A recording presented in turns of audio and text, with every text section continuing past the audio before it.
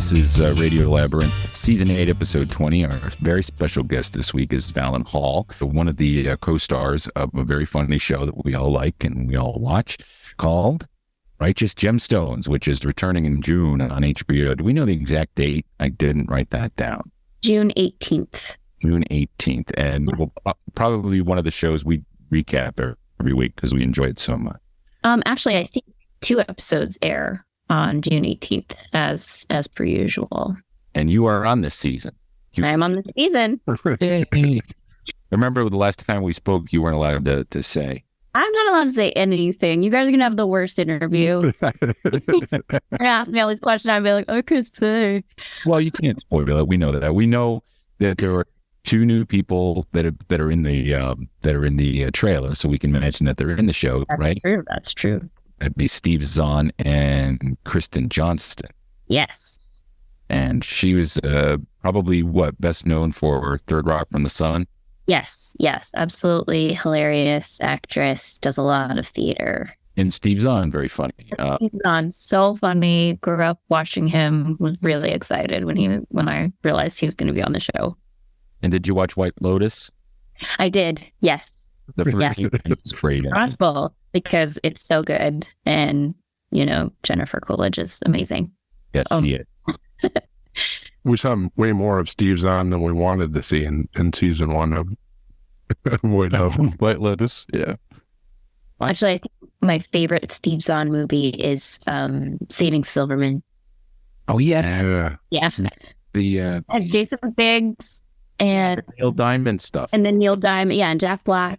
And we're a Neil Diamond cover band, and they actually got Neil Diamond for it. And I was like, oh my God, I'm nerd that movie. I was working at 96 Rock when that came out, and there were 2 competing Neil Diamond tribute acts in town where the front guys both had the Neil Diamond hair. They wore the silver and gold lame tops when they performed. It's a lot of fun. Dueling Neil Diamond acts? Yes, 2 different Neil Diamond acts that were vying for stage space in little platforms. That's best case scenario, of your life. I know. Win. Yeah. Yes, especially you've never seen Neil Diamond, which I haven't, and will never. No, same, and that would be amazing, Yes. So, welcome to the show. I know you can't say an awful lot or anything about the upcoming season, but we can talk about the last season.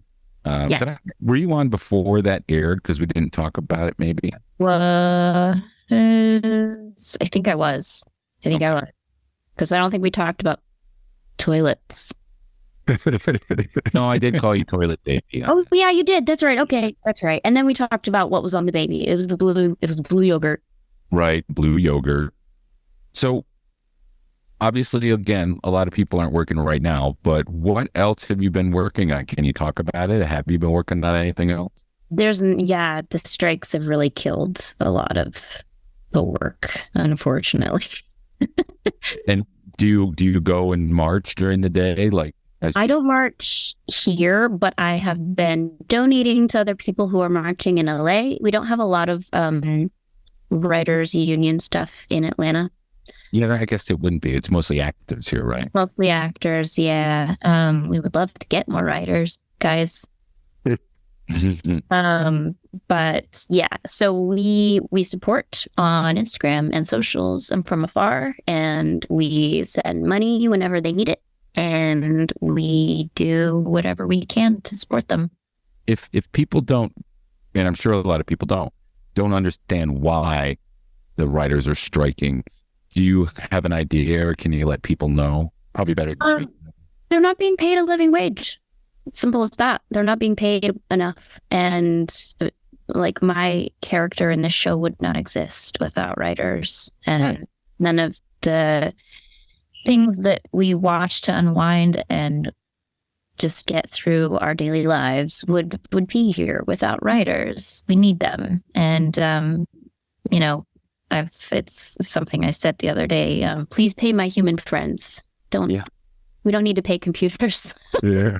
No, and AI could really slip in and just start writing outlines and maybe not necessarily the dialogue, but you can get an outline Absolutely. And as a I'm a coder for my day job, and let me tell you, this AI is only as good as the person programming the AI, if that makes sense. If you get a non-creative putting in something for an AI to give it, it's only going to be as good as the information you gave it to begin with.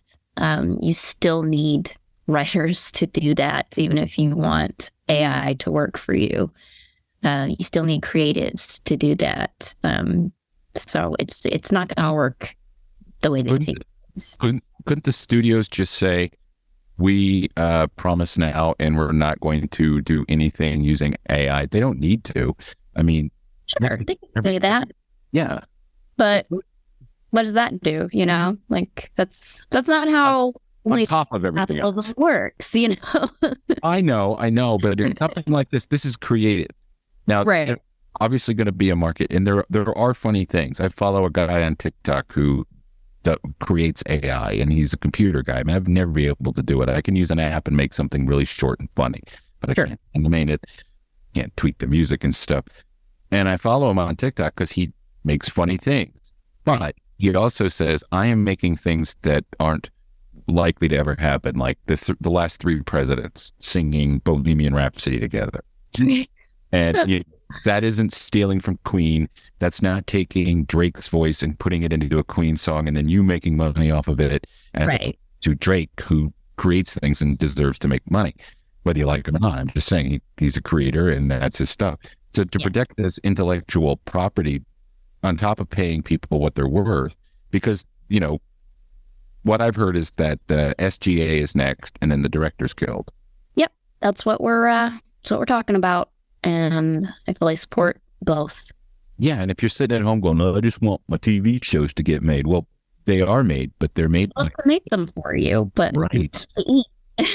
Yeah. I have I have a regular gig on HBO, and I still have a day job. Yeah. People are floored when they hear that I have a whole career other than this, because that's how I actually pay the bills. Yeah, at least it's something that is also needed. I need coders.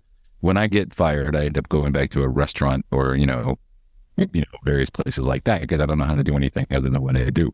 But even if you're somebody who's like, I don't like unions, think about it. You watch TV. Every movie that you've ever watched, every television show that you've ever watched has a writer, or 10 or 15 or however many, and they probably get paid the least amount as far as any of the creative people are concerned. So when there's a misconception that everyone in Hollywood is very well off and that we're all in the 1% of the 1%. And that's just not the case. The vast majority of us are middle class and lower than that, working, Working actors. Yeah, we're working actors, we're working writers, we're working directors.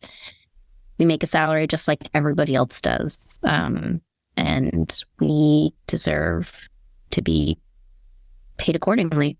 Yeah. And do you think that's going to happen? Are they working on it, or are the studios just being hard asses? Right now, they're playing hardball. Mm-hmm. And so are we. So it could be a while. Yeah, the last one went 100 some days, right? It did. This one could go longer. We don't know. But if you want it to end, if you want your shows, get out there and support them. Support us. Help us get our message out. And help the studios and the executives and the boards to understand that there are actual people down here. What would it take? Like, we're going to cancel mass cancellations of streaming services. I mean, I would say not going to the movies, but that's already a problem. Yeah, no, I don't think mass cancellations would. Yeah, the writers aren't calling for boycotting any streaming services. Well, and I don't think it's plausible. It would take word of mouth support, social media support. Just everyone kind of piling on the pressure. I think, just to help us all get paid. They clearly can afford it. Clearly can afford it. They seems like they can. It seems that way when you look at what they make and their margins and all that stuff. They are telling us that they can't. Yeah, that's what they always do. They say, "Oh, it costs so much to promote it," and blah blah blah. Well, what they're saying really is that they can't afford to pay us more and continue paying their executives and Right. the way they are, which I'm okay with. Yeah, let the executives go on strike. Yeah, you guys make your own union, you know. Right. Well, these guys, and they have, $50 to $60 million a year for some of the salaries of some of these executives. If they would just take a third of their salaries away and allocate it towards, this situation, it could come very close to rectifying the situation. Or 2%. That's it. That doesn't sound like an excessive amount. No, it's really not. And they're also talking about getting rid of mini rooms. What are mini rooms? Mini rooms are when you have like two or three writers in the room. And then before that mini room happens, you have a bunch of other writers writing for the show as well, not necessarily getting picked up to series. The mini room will probably get picked up to series and they will continue to do rewrites and things like that. But Sure. The vast majority of writers who worked on that show are not getting in the room. They're not getting on set and they're not learning. There's no junior writer on set anymore figuring out how to work and what to do. Like in 10 years, in 20 years, writers aren't going to know what the hell to do. Right. Because they're not on set. They're not in the room. So we need to get rid of that. So they're looking for staffing requirements for that, which I fully support. Well, that's smart. So if you like a show, if you have a favorite show that's winding down its current season and you know that it's picked up for another one, you're not going to see it for a while. It'll be like COVID, where you had Righteous Gemstones premiered in 2019. Season 2 came out in 2022. Exactly. And it'll be the same thing because people will not be working. And when writers aren't working and the actors aren't working and things aren't in production, guess who else doesn't get paid? The carpenters who build the sets, the designers who create clothing and wardrobe, and the location scouts, and on and on and on. All these people of jobs. That was the guy that brings the Funyuns to the craft table. Yeah, the craft services people. Yeah, the Funyuns. Good. Keeping it on point. Crafty does the work of God, you guys. I mean, we would all not be here without Crafty. Without the snacks, we do not work. I did craft services for television commercials productions in the 90s, and I know you got to have the catering, and then you got to have the Doritos, and you can't get the generic Doritos, and you got to have this generic Doritos. You cannot have Czech Cola in. No. Nothing against Czech Cola. I love you, Czech Cola. But no, you can't have it. No. Now, does this affect if a studio that's churning out reality shows, are they affected by this, or are we going to see an uptick in that if it continues? Well, that's a good question. I don't know about that. I know that is what we got in the last writer's strike is more reality TV. Yeah. Survivor's talking about going to 90 minutes next season, so. God. Well, CBS just released their lineup, and it's all reality shows. They're going all in just like they did last time they've got, what was it? Golden Bachelor is the new one, where an old man gets picked among a bunch of 40 to 50 something ladies are looking for an elderly man. So, oh my God, is it going to be like an 80-year-old man and like a bunch of women in their 40s? Yeah, they're shooting for that at-home geriatric demographic for the people who like The Bachelor the first time when it premiered. Oh yeah, now that they've aged, loving The Bachelor, you'll love Grandpa Bachelor. De Niro just had a kid and he's 79 years old. That's disappointing. Whatever floats your boat. I'm or whatever floats your boat, but come on, 79. No. Not gonna even know you. I can watch Taxi Driver. I mean, my grandpa just rewatches episodes of Gunsmoke. Yeah. Hey, sometimes I put on old episodes of Match Game on YouTube. You know, he'll have a live stream, you know, and just 12 episodes in a row, and I look at myself in the mirror and cry that I just did it. But I love Match. It's comfort viewing because I was a little kid, and it reminds me of being in a living room filled with cigarette smoke and dog dander and, you know, people just talking over you. Being on the floor. Yeah. Right over your knees, watching. Yeah. Falling in love with Fanny Flagg. Oh. And now you're from the Atlanta area, correct? From Atlanta, yeah. Growing up, what was some of those Atlanta-centric things that we don't have anymore, but you remember fondly? So, I think Sparkles skating rink. That was a big deal. I think we still have Sparkles, but I don't know if it's a big a deal anymore. Was it a skating rink in Marietta? Yeah. I have 2 or 3 locations, but yeah, the big one was in Marietta. And that was a big deal. And then Walmart parking lot. Cruising. Right. Yeah. Blockbuster. Cruise. Go to Blockbuster. Rent what you want for Saturday. Go to Walmart parking lot. Meet all your friends. You grew up wanting to be an actor, right? Though, so it must have been pretty amazing when Hollywood moved here. Yeah. Well, so I started in New York. Okay. My older sister, Amber Tooney, lived in New York City and Queens, and she was going to AMDA. I couldn't afford to go to school, but she was like, I'm up here. Mom's driving us nuts. Come live with me. And I was like, okay. I was 17. I had no idea what I was getting myself into. And then I got up there and had sort of a panic attack, sort of a nervous breakdown. But I had already gotten rep because I won an acting competition in Florida, in Miami. And there was my manager, Brian Leader, was there, and he picked me up and from when I was 17.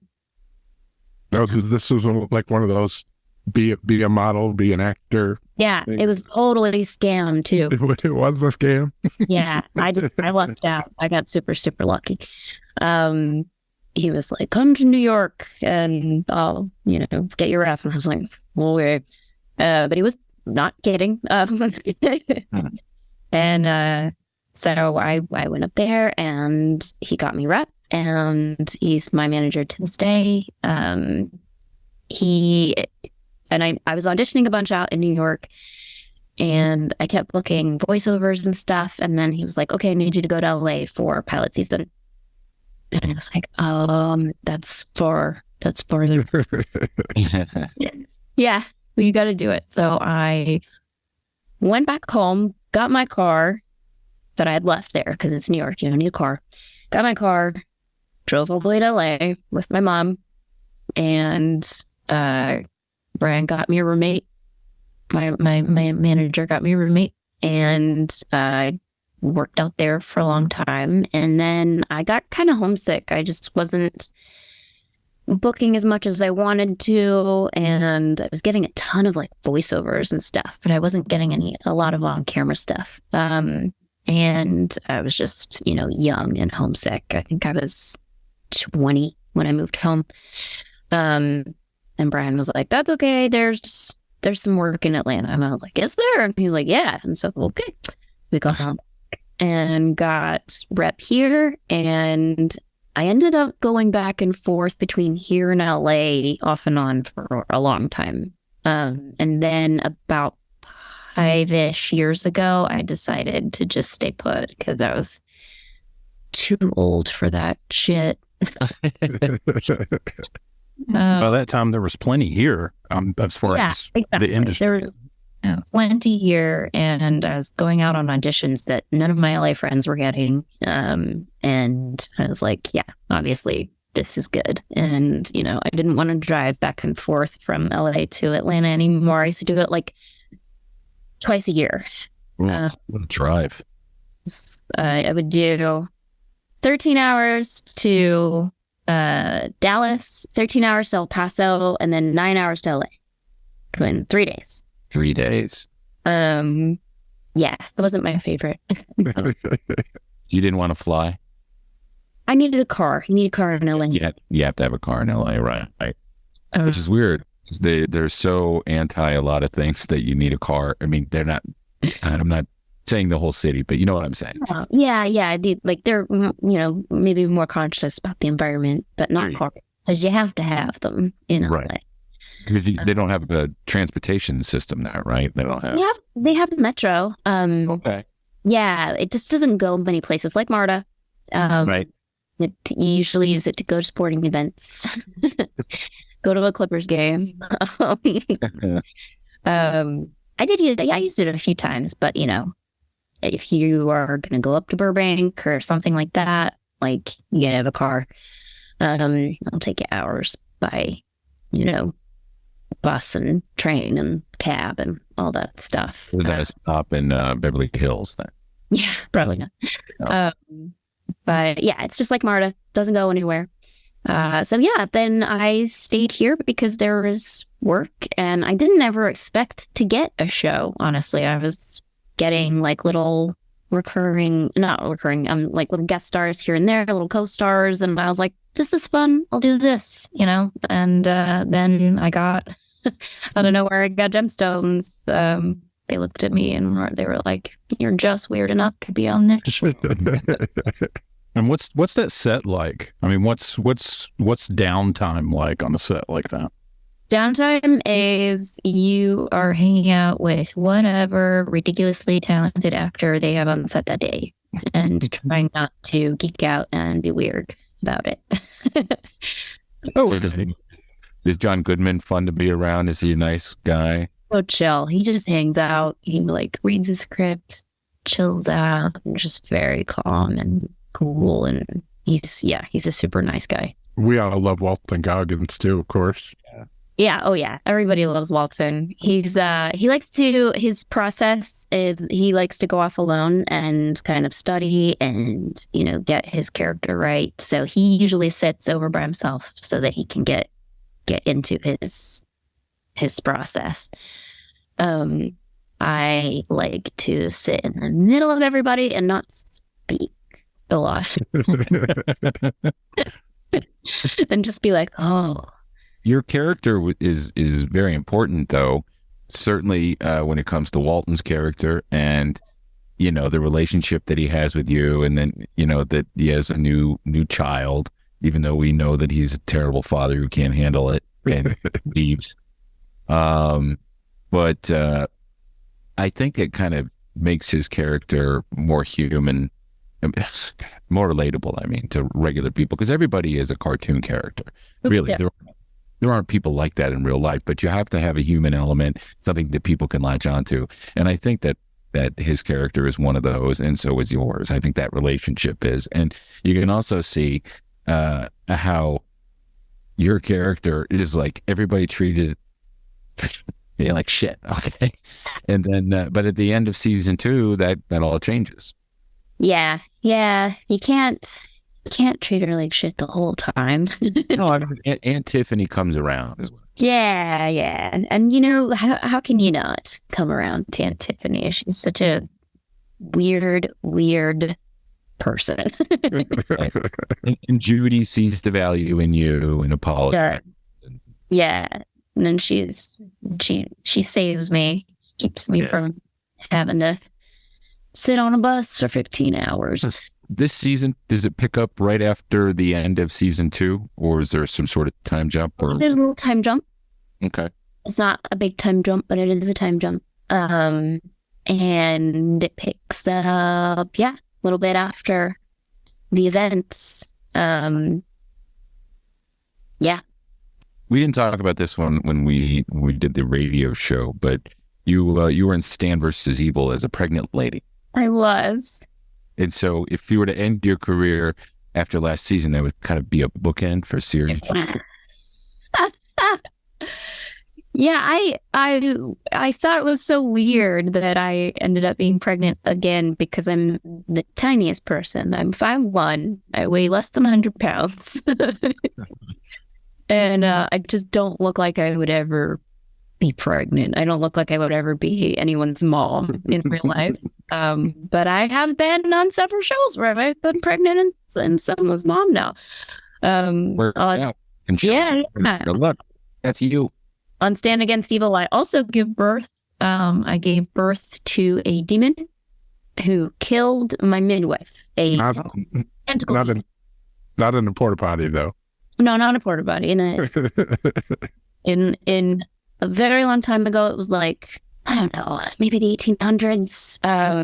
And yeah, my midwife Minerva was delivering my baby, and I killed her with my demon spawn.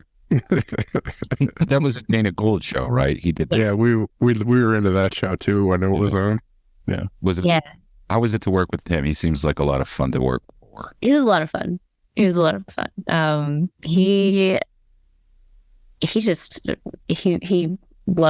the kookiness of that show, and he knew exactly what it was, and we knew exactly what it was, so it was easy to do. And shot right here. And right here in Atlanta. We need to get people back to work. Come on, everybody, call your local major movie studio head and let them know that you. I'm being facetious, of course, but I mean, really, let them know however you can. We gotta get people back to work. And again, not just like all the people in the Marvel movies, they're set, and Star Wars, everybody's set, but the people who write that, they're not set. Mm-mm.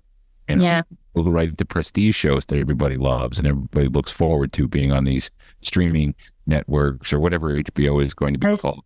Yeah, I was reading about one of the writers of The Bear said that when they went to the premiere, when they were on the red carpet, they had something like $80 in their account, and that show is a raging hit. And he's like, I barely have enough money to get here. And a hit because it's written so well. Written. And acting, of course, but the writing is so good. Yeah, absolutely. The acting, of course, but it was so well written. Jeremy Allen White's monologue in the last episode, that writing was just flawless. It was amazing.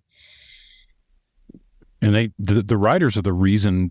It's crazy that the streaming services aren't backing this more, because their success and becoming as big as they are is based on the writers and the shows. Like House of Cards pretty much put Netflix on the map, and that's from the writing. I mean, the acting, of course, but yeah, it seems like it would be a given that's where the money would go. You do what you have to do to get quality for less money, and then you play Moneyball with it. Yep. That's how capitalism works. And the other way it works is that Netflix will go, well, there's this Korean show that's really popular. We'll pay somebody to translate it and put some, dialogue at the bottom so Americans can watch it. And then, boom, there you go. We didn't pay anything. I mean, Squid Games was a fun watch, but, they're not paying an arm and a leg for it. And they don't have to negotiate with anybody to run it for that company that they bought it from. Some of those Korean shows are really good. Yeah, they are. They should pay those writers too. Good. But they don't have to, because they're not American companies, which is unfortunate. Not that they're not American companies, but you know what I mean. Yeah. They may not be in the Writers Guild of America. Correct. Have you ever acted with your sister in anything? No. I hate that too. We look so similar. Did she ever beat you out for any parts that you tried for? No, we usually go out for very different parts. I usually go out for small trailer trash girl. You down for tall trailer trash girl. Oh. One of the credits says she's Herschel's zombie. Yeah, I remember from Mark. Correct. She was the one who got the pickaxe to the head when they were coming out of the barn. And then Hunger Games. Were you involved in Hunger Games at all? No, she played the Avox girl who they ended up cutting out a bunch of it to be for time, which was terrible. She was such a big part of the book, and everyone was really sad about that. But she was in it. Like you can see her. She's in it. They just kind of cut a lot of her stuff because time. Is she still in New York City, or does she live back down here? No, she lives in Atlanta. Her and her husband run a cafe called Sean's Harvest Market. They're in Amsterdam Walk, they're in Candler Park, and they're in the middle of Piedmont Park, near the pool. They're that stand. What's it called again? Sorry. Sean's Harvest Market. So the one in Amsterdam Walk is Sean's Harvest Market. The one in Candler Park is Sean's Candler Park. And the one in Piedmont Park is Sean's Heart of the Park. Nice. Yeah. The logo before. Yeah. Yeah, absolutely. I'm looking at the website right now. And they're opening actually a new 24-hour diner in Little Five Points. Nice. When are they going to come out to the suburbs like Tucker? Good question. I don't know. Do you live in the suburbs? Do you live in the city? I live in the city. I live in Kirkwood. Oh, yeah, Kirkwood. What a nice neighborhood Kirkwood is. Yeah, we like it. Yeah.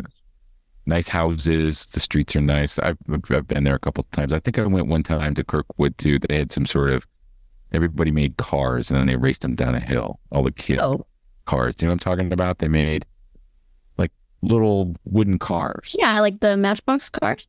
Soapboxes. Soapbox derby. Yeah. Matchbox. Cool. I haven't seen that. I've been to like the Spring Fling and the Wine Stroll. Wine Stroll is fairly big. Imagine. A lot of people like wine. Yeah. But no, I haven't seen that. That sounds fun. I'm not knocking Tucker, by the way. I do like living here. It's just my DFF lives in Tucker. Yeah. Yeah. One town. If you're ever in Tucker, go to Matthew's and gorge yourself on fried chicken. Okay. It's Matthew's Cafe. I think it's the oldest restaurant in town, and been family run for years. It's on Main Street, and the food is really, really good. You know, you walk in, you get a tray. I heard fried chicken. You don't have to say anything. You're good fried chicken. I'll take some of the okra. Yeah. I'll take some of the mashed potatoes and put Sliced tomatoes. What'd you say? Smashed potatoes? Sliced tomatoes. Oh, yeah, sliced tomato. Oh, yeah, they do have that. It's a big thing down here. You've got a credit in San Andreas. You did a voiceover for what was your character in that? I played Valley Girl. Oh, you're the Valley Girl? I played a Valley Girl, yes, which was hilarious because I'm not from LA, and it was recorded in LA, and all the rock star guys were like from New York and Scotland, and I was from Atlanta, and I remember reading. This is so dumb. I remember reading my lines. So I was going through my lines, and we're recording lines, and one of the lines was something Rodeo Drive, but I said Rodeo Drive. And then I stopped them. I was like, oh, I don't think it's Rodeo Drive. I think it's Rodeo Drive. And the guys from New York and Scotland were like, is it? I don't know. Took them like 30 minutes to figure out like if it was actually Rodeo Drive or not. They were like, it's spelled rodeo. I don't know. Like Rodeo Drive. Yeah. Can you say how many episodes you're in, or no? No, I can't say how many, but I can tell you that my first episode is the third episode. So after the first two episodes that on June 18th, my episodes start. All right. So everybody wait till episode 3. The 25th. Yes. If you haven't ever watched it, you need to watch it. Start from the beginning. Start with season 1, binge it, spend the weekend, binge it. Take whatever substances you need or not. It's an easy binge. It's an easy binge. Yeah, it is an easy binge, and it's a funny binge. And we like all the characters, we like all the actors in it, and we like Valyn. And we can look for our buddy Josh. And his little part thing. Yeah. Oh, it's so sad they didn't bring him back for season 2. That character was good. It was funny. It was amazing. It was amazing. And my buddy Josh Michael was also in season 1. He played Daedalus, the devil worshiper dancing guy. Oh yeah. Yeah.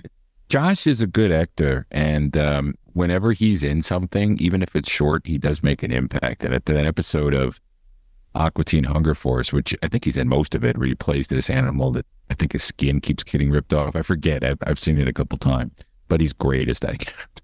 That sounds amazing. I don't know if I saw that.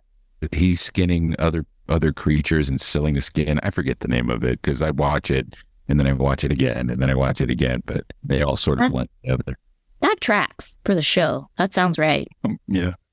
I can't wait for his Bigfoot thing that he's making now. Oh yeah. His Bigfoot documentary. And either he keeps teasing me about that, and then the guy, and I'm like, I gotta cut this guy on, but I talk to this guy. I'm sorry. Josh Warren is doing a Bigfoot documentary? Yes. It's about a Bigfoot. I think it's about a Bigfoot festival and then the people that are there. Yeah. Yeah, he follows, I think it was a combination Bigfoot / Dukes of Hazzard. Yeah, that was happening at the same time. I don't know if we're allowed to talk about it, but maybe we shouldn't. I don't know. He was talking about at least that much. He had mentioned on the show. Yeah, so, yeah. The main point is the Bigfoot stuff, but at the same time, there was a Dukes of Hazzard convention. So you get everything in that. I would like to see. That's fucking amazing. Oh, yeah. It does. But it does. Yes. All right. Righteous Gemstones season 3 comes out June 18th, 2 episodes on wherever, I don't know, HBO. It's going to be called Max by then. Yeah, it's on HBO the channel. HBO the channel is still a channel. Yes. And it'll be on Max. So it won't be on regular HBO, it'll just be on Max? No, it is going to be on regular. It's going to be on both. Regular HBO, and it'll be on Max. Max. So when I go to watch old episodes of The Sopranos, which I also do, it'll come on and it'll be Max. Yeah, it'll be Max. Yeah. Yeah, you should record the voiceover. Just go Max. I don't think they would like that. No, but we would. But yeah, I think actually this week they take the HBO off and it'll just be Max. End of an iconic era of the HBO Canon. I mean, the HBO channel is still there. It's not going away. It's just the streaming service that houses. Right. Okay, that makes sense. Because they house everything. Yeah, exactly. There's 8 million things on that. Weren't the 80s easier? You had HBO, Showtime, the movie channel, and Skinamax. Skinamax. Right. It's your Revenge Diaries. That was on Showtime. Oh, no. Right. David Duchovny, The Sex Files is what it was. Get it right or pay the price.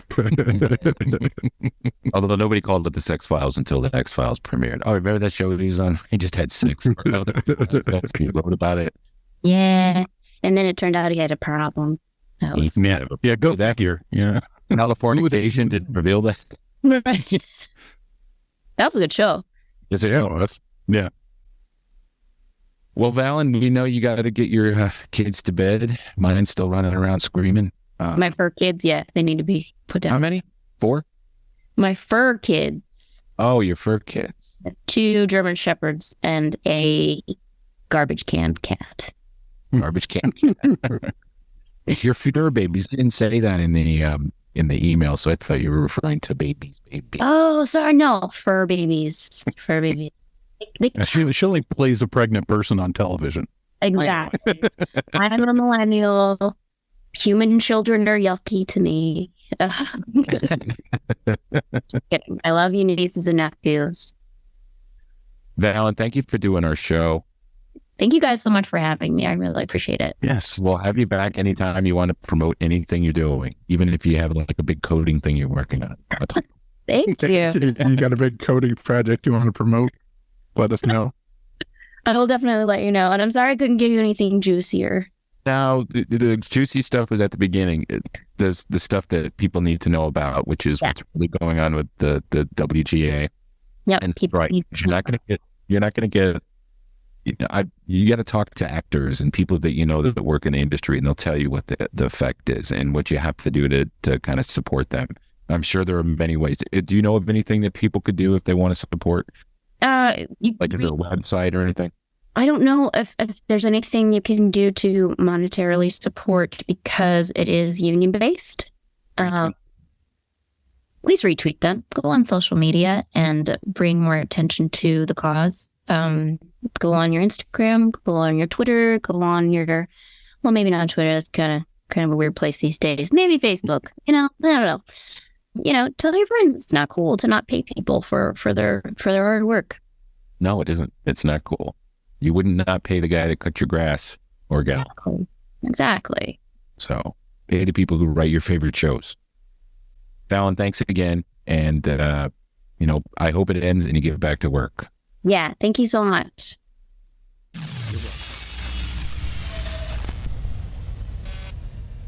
Hi, it's Paul Stanley for Atlanta Pizza in Euro. Thank you for Atlanta Pizza in Euro. We're the longtime sponsors of Radio Labyrinth, and thank you to Mike Hall and everyone at the restaurant who never made fun of me because I only had 1 year. Please join I have two now because I had a fake put on. Please join AP&G for their weekly Tuesday night team trivia from 7 to 8:30 p.m. Now heading into summer, with all 16 draft beer taps available and over 40 other beers to choose from in bottles and cans, with a strong focus on local Georgia and Southeast craft breweries. Nothing from the Bronx. Serving the best freshly made Greek and Italian specialties around in an authentic retro-dyed pizza place with a come-as-you-are family-friendly atmosphere. Dine in and takeout is available. Limited delivery is also available through Slice, DoorDash, Grubhub, and Uber Eats. If you're a business or a corporate client who can't afford KISS, but is looking to book a food truck for your next private event or catered luncheon, please contact Mike Hall at Atlanta Pizza in Euro by calling 770-483-6228.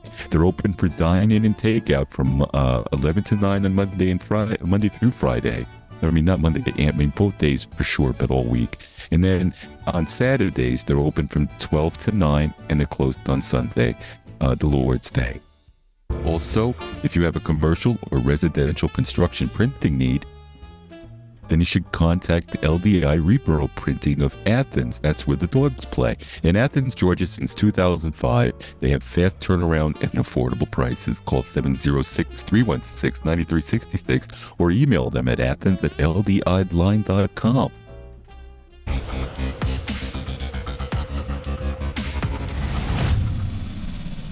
Hey guys, if you want to check out my PopCast podcast, this week's show is going to sort of be a best of because I'm lazy. But last week's episode, including the extended stuff that wasn't on air with Nick Decay, is out now, where he talks a little bit about AI and the effect it might have on the film industry. And we also talk a little bit about the WGA strike. And then next week, I have Shane Morton and Madeline Brumby. They do the Silver Screen Spook Show at the Plaza Theater, and that's a lot of fun. They do they do an elaborate, cool show. And if you know who Shane Morton is, he creates all the wonderful costumes, and he did a lot of, or most of the stuff for Your Pretty Face is Going to Hell, right? We had him on a long time ago, but they do this show at the Plaza Theater before, like an old creature feature. And that's, to its point, that's kind of like how these theaters survive now. They do these fun things where there's a show, and then, maybe a couple of cartoons or maybe a trailer that's fun, and then they show an old movie that you normally would have to see on TV and that most of us never saw in the theater. So the next one coming up is Creature from the Black Lagoon, but we'll talk about all sorts of things, and that'll be next week, Memorial Day weekend.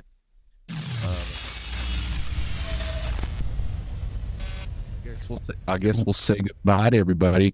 We'll be back next week with our stat picks and stuff, unless you want to do them real quick. Real quick, I'll say it's that new animated Secrets of the Mogwai series that's coming on HBO Max or Max. Oh, that looks interesting. Yeah, it's like a prequel, but they got all the original voices and a bunch of good guest stars and stuff. And Matthew Rhys. Yeah. My name is Stephen Wright on Rogan, but Stephen Wright's doing the podcast tour. So he was great on Conan too. I listened to that one. That was great. Dustin? An audiobook called Wool. It is actually the novel for Silo that's out on Apple Plus. It's by Hugh Howey. It's a trilogy, so there's 3 books, but it is very close to the show. They stayed pretty close, and I can see if it does well, they could probably get at least 3 or 4 seasons out of it. But it's an excellent book, and it's available on Audible. All right, guys. Thanks again to Valyn Hall, our guest. Everybody watch The Righteous Gemstones Season 3. If you haven't watched any of the other seasons, they're available now on Max, and you can watch them all in 2 days. Come on. All right. Until next week, please remember to keep it canon.